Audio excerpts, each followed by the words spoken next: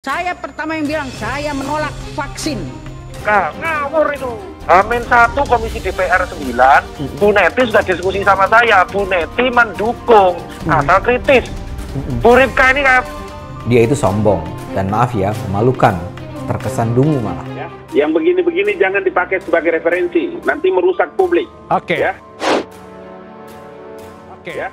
Vaksin polio untuk anti polio malah lumpuh layu di Sukabumi. Tetapi dengan vaksin polio, itu jutaan anak di dunia itu terhindar dari polio. Jika ada satu kejadian yang itu mungkin akibat dari ketidaktepatan dalam pemberian misalnya, hal itu sebetulnya tidak menutup besarnya keuntungan atau benefit dari vaksin tersebut. Terus anti kaki gajah di Majalaya mati 12. Karena di India ditolak, di Afrika ditolak, masuk di Indonesia dengan 1,3 triliun waktu saya ketua komisi. Dan kita ketahui bahwa untuk yang kaki gajah misalnya, bahwa itu sudah dilihat satu persatu kasusnya. Dan itu ternyata tidak ada hubungan sama sekali kasus tersebut terhadap program tersebut.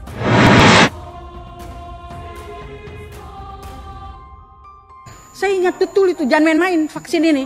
Jangan main-main. Saya pertama yang bilang saya menolak vaksin. Kalau nggak tahu apa-apa jangan sok-sok kritis toh. Saya cuma bilang, baca dulu. Jadi kalau ada DPR yang bikin pernyataan kayak begitu, itu apa itu? Ya, itu bikin kacau aja itu. Oke. Nggak usah diabaikan itu diabaikan aja. Ya. Politik memang relatif. Tak ada istilah teman jika melakukan suatu kesalahan. Tak ada pembelaan untuk orang yang sengaja atau tanpa sengaja menentang kebijakan pemerintahan soal vaksin.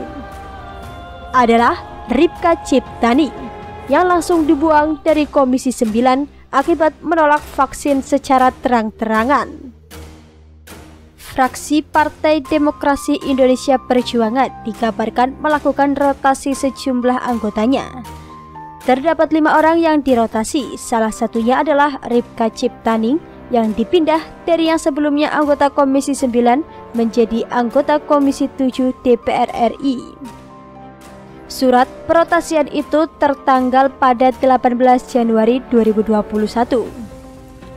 Surat bernomor 04-F-PDIP-DPR RI-1 Romawi 2021 itu berisi tentang perubahan penugasan di alat kelengkapan Dewan. Terdapat 5 nama anggota fraksi PDIP yang terkena perubahan penugasan. Salah satu nama anggota fraksi PDIP yang dirotasi berdasarkan surat tersebut adalah Ripka Ciptani. Dia dipindah dari anggota Komisi 9 menjadi anggota Komisi 7. Tertulis pemindahan tugas itu mulai berlaku pada Senin 18 Januari 2021. Sisanya, Ihsan Yunus dari pimpinan Komisi 8 menjadi anggota Komisi 2, Johan Budi dari anggota Komisi 2 menjadi anggota Komisi 3, Gilang Dilla Farares dari anggota Komisi 6 menjadi anggota Komisi 3, dan Marinus Gea dari anggota Komisi 3 menjadi anggota Komisi 11. Surat tersebut ditandatangani oleh Ketua Fraksi PDIP DPR RI Utut Adianto dan Sekretaris PDIP DPR RI Bambang Wuryanto. Komisi 9 membawahi kesehatan, ketenagakerjaan, dan kependudukan, sedangkan Komisi 7 membidangi energi dan riset. Sebelumnya, politikus PDI Perjuangan Ripka Ciptani mengkritisi vaksinasi COVID-19 yang dilakukan pemerintah sejak 13 Januari. Ripka mengatakan menolak untuk divaksin dan memilih untuk membayar denda. Saya tetap tidak mau divaksin, maupun vaksin itu sampai yang 63 tahun bisa divaksin. Saya sudah 63 tahun nih. Mau semua usia boleh. Tetap, misalnya pun hidup di DKI semua anak cucu saya dapat sanksi 5 juta. Mending gue bayar. Mau jual mobil kek? Kata Ripka dalam rapat kerja dengan Menteri Kesehatan di Kompleks Parlemen Senayan, Jakarta, Selasa 12 Januari 2021. Ripka juga merupakan anggota Komisi 9 DPR itu mengingatkan Kementerian Kesehatan untuk berhati-hati terkait pemberian vaksin. Berkaca dari pengalamannya ketika menjabat Ketua Komisi 9 pada periode 2009-2014, Ripka mengatakan sejumlah kasus justru muncul usai diberikan vaksin. Ini saya omong lagi nih di rapat ini ya. Vaksin untuk anti polio malah lumpuh layu di Sukabumi. Terus anti kaki gajah di Majalaya mati 12 orang. Karena di India ditolak, di Afrika ditolak, masuk di Indonesia dengan 1,3 triliun waktu saya ketua komisi. Saya ingat betul, jangan main-main vaksin ini, ujarnya. Saya pertama yang bilang saya menolak vaksin. Kalau dipaksa pelanggaran HAM, nggak boleh maksa begitu, imbuhnya. Ia mencurigai ujung dari pengadaan vaksin tersebut adalah untuk kepentingan dagang. Ripka mengingatkan kembali bahwa negara tidak boleh berbisnis dengan rakyat. Dari Maret lalu saya sudah ngomong dalam rapat ini, begitu COVID ini ujung-ujungnya jualan obat, jualan vaksin. Habis ini karena sekarang sudah bukan masanya APD, nanti habis ini obat ramai. Habis obat mah ini kan jago ekonomi. Nih menterinya, nah ayo wamennya BUMN pasti ditaruh buat begitu dah. Habis ini stunting, udah tahu nih, udah dipola kayak begitu kesehatannya nih untuk dagang, kata dia. Menanggapi hal tersebut, Charir Atobari memberikan pukulan telak dengan penjelasan terkait berbagai kejadian yang disebutkan oleh Ripka Ciptani. Jadi kita menilai suatu vaksin tentunya akan melihat keuntungan dan kerugian dari suatu vaksin. Saya beri contoh misalnya polio ya. Berapa banyak anak-anak di Indonesia bahkan di seluruh dunia itu sudah terhindar dari polio, tutur Charir Atobari.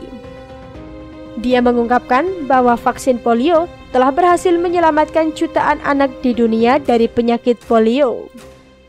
Kita ketahui angka polio itu sangat tinggi, dengan kemudian mengakibatkan anak-anak terjadinya lumpuh. Tetapi dengan vaksin polio, jutaan anak di dunia terhindar dari polio, ujar Charir Atobari. Mengenai adanya kejadian tentang vaksin polio, dia mengungkapkan hal itu dapat terjadi akibat faktor lain. Jika ada satu misalnya kejadian itu mungkin akibat dari ketidaktepatan dalam pemberian. Misalnya, hal itu sebetulnya tidak menutup besar keuntungan dari vaksin tersebut, ujar Charir. Sedangkan untuk kasus kematian akibat obat kaki gajah, dia mengatakan bahwa penyebabnya sudah terungkap.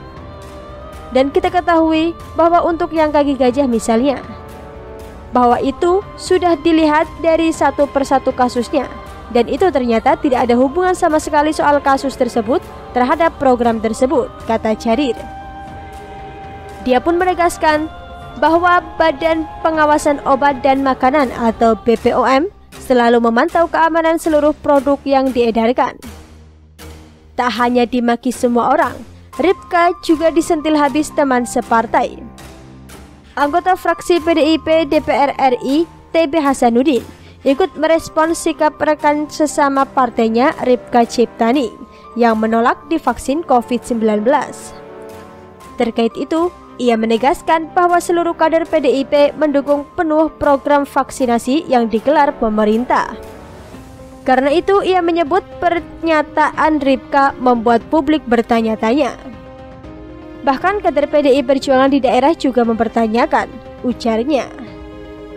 Lanjutnya, ia mengingatkan bahwa kader PDIP, pimpinan fraksi dan Ketua DPR Puan Maharani menegaskan perlunya seluruh anggota fraksi mendukung serta membantu menyukseskan program vaksinasi.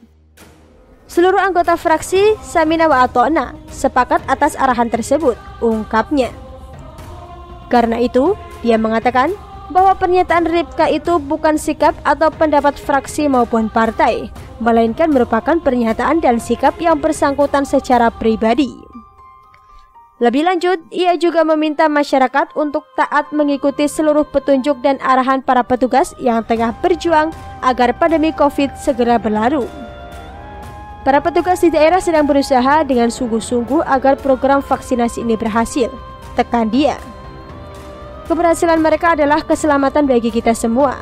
Semoga pandemi COVID-19 ini segera berlalu, tandasnya. Sinovac vaksin sampah. Kalau vaksin sampah ngapain Perdana Menteri Singapura malah pesen? Apa namanya itu, sanksi 5 juta, Kak, mending gue bayar. Gue jual mobil kek, Yang begini-begini jangan dipakai sebagai referensi, nanti merusak publik. Oke. Ya. Jadi kalau ada DPR yang bikin pernyataan kayak begitu, itu apa itu? Ya, Itu ya. bikin kacau aja itu. Oke. Nggak usah diabaikan itu diabaikan aja. Ya.